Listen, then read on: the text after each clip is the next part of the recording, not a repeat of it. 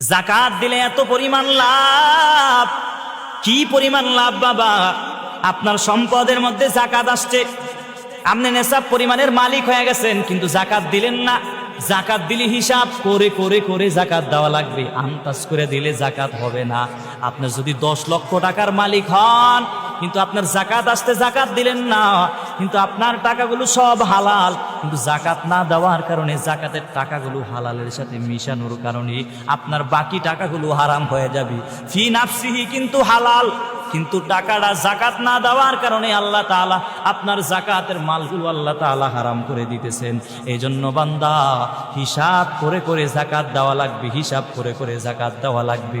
যদি জাকাত দিয়া যদি যারা অন্তরে ঢুকায়া দেন, জাকাত দিলে মনে হয় আমার টাকা পয়সা কমে যায়, না না বান্দা, জাকাত দিলে আল্লাহ তাআলা তোমার ধন সম্পদ আরো বাড়ায়া দিবেন। দেখবেন কত মানুষের ওয়ারিশ সূত্রে